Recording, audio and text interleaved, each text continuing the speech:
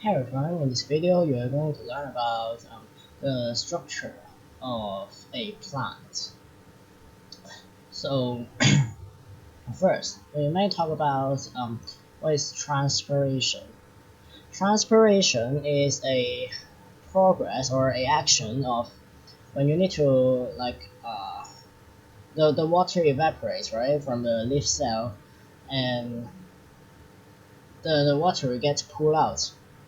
So then it will just make a chain reaction, so those water and minerals from the root will pull up to the xylem and to the leaf. That's the action of transpiration pull.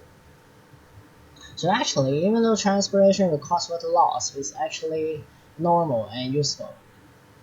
So for transpiration pull, mainly usage might be like not only it can cool down the plant, we also can make the plants got minerals to the leaf, the water and the mineral from the xylem too. Yeah. So might now talk about maybe translocation. What is translocation?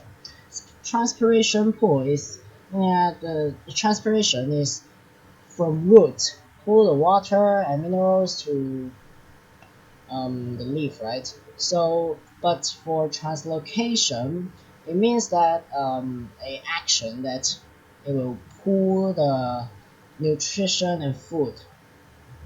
Because where you get the food is because you do photosynthesis, right?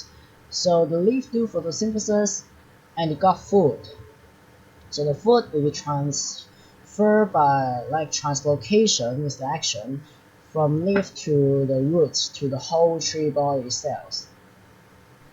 Yeah, via the phloem tube. So we might first talk about what is xylem and what is phloem. So xylem is a dead cell tube. Yeah, all cell is dead. It is only a hollow body. It's like a body, but like a human body, but without bones and other tissue. Only left out the skin. Yeah, so they left out their dead bodies to carry those water up. Yeah, because you don't need actual living cells to do this because the transpiration pool is an action do everything by osmosis. Because you got transpiration, right? Those evaporators, so the water potential is low, so it start pulling from the xylem tube those water and minerals. But the fact that even though water is pulled by osmosis, but the mineral isn't. It is active transport because it store a lot of it, right? So they need active transport to against the diffusion, the concentration gradient. So what I mean is, uh, so there the root we got a lot of mitochondria because it needs a lot of energy to do this active transport. Yeah, so for xylem, even though it's a dead cell too, those minerals dissolve in water, and water will get pulled by transpiration pool via osmosis and xylem too. Easy, right? So yeah, that's it. And but for the phloem, which is a living cell, because it needs like active transport, but translocation. Till today, there's no scientists even know how the fuck they do that. Got me? Like they really don't know what is the mechanism. So we only know it is an active transport, but we don't know the process or how they do that. So the phloem is a living cell. Like it is like a sieve tube. So because it's a living cell, right? So it's not like those xylem, which is dead cells. You can just connect them. But because it's living cells, so they got cell wall and the end points, right? So the end to end, they got like a sieve plate, stuff like that. So yeah, that's acts like a sieve too. and when they carry its food from your leaf to your root. So there's fun fact that when you just cut a tree, only those skin. So you find out that the skin will just turgid. Why? Because those food they can transport down to your root. Yeah, and the tree will die. So yeah, that's it. Also, the xylem is a lignin-5 too. Let me talk about why and what lignin-5 do. We don't know about like those lignin-5. Is not only xylem but also the um. I'll put a word on screen. I forgot how to read that. I remember, but I really forgot how to read that. It's kind of strange.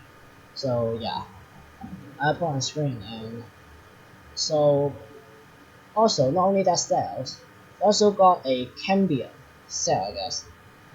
Yeah, which the use is to um just like cell division and turn those cells into xylem or phloem. Yeah, that's the cell doing. And I will put a photo like that in here, and I just see where the cambium cell is located on. So then we'll talk about the structure of a plant. So mainly the plant structure is almost the same, but there's two plant kind or type. First is the herbaceous plants. You can call them herbs in short, or just thin-walled cell, because their standing up movement is caused by the rigidity of cell, not the rigidity which is the woody plants. You can also call them like thick-walled cell, because they use tons of xylem, which is some lignin-5 too. That means they're so strong to help them stand upright. Or you feel weird, right? You see a big ass tree just suddenly flaccid like a plant, because they can't get much sunlight. So if they're flaccid, probably just die. So if they need to keep themselves alive, they need to stand upright, even though there's not much water. You know me, right? So yeah. So the reason why a flower will just drop their head, because it got not enough water, so the cell can get turgid and it will become flaccid. But for a tree, because it got xylem, right? Even though it got not enough water, it still can stand upright to absorb light to do photosynthesis and get food. Yeah, so I'm gonna show a graph like how the tree or plant. So actually, for tree and the herbs, they're mainly just look like the same if the tree is young, not mature enough, almost the same structure. But if the tree is already grown up, they're mature, there's a little bit different. But still, let me start from the roots. The roots got what? The roots, it got some epidermis and some root hair made by epidermis to do the active transport of minerals and water, like not water, it's osmosis. And you can see there's like a cross-like stuff and just a beautiful picture stuff. Yeah, so um, after those epidermis, there's inner side is called cortex. And more inner is those vascular tube, which is yeah, xylem and phloem. That's it. And after the roots, we go up to the stem. So the stem structure is the center is a pith, and then more outer is a inner is always xylem. Right? So remember, from the root to the stem, xylem is always the inner side. Phloem is always the outer side. So that's why tree is hard. So the xylem is inner side and the phloem is outer side. You can just remember, mainly you just don't even need to remember the words, just remember how they look. Yeah, so after remember how they look, Yeah, just peace.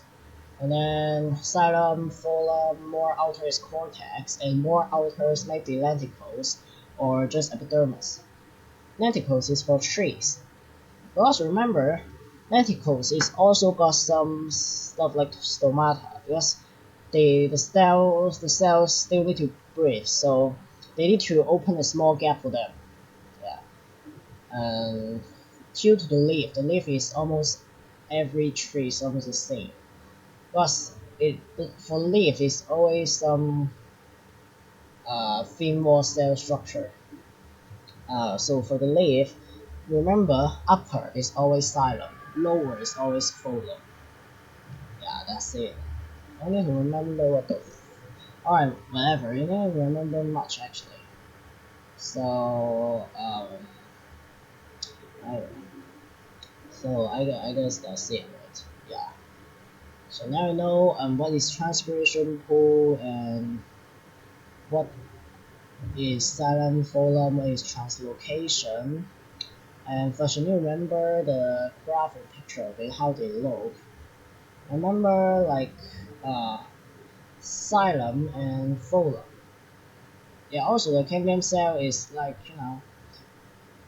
because they are dividing, self-divide, and then they transform into xylem or phloem. So actually, for trees, they keep growing bigger because the older xylem is inside, the younger xylem is outside.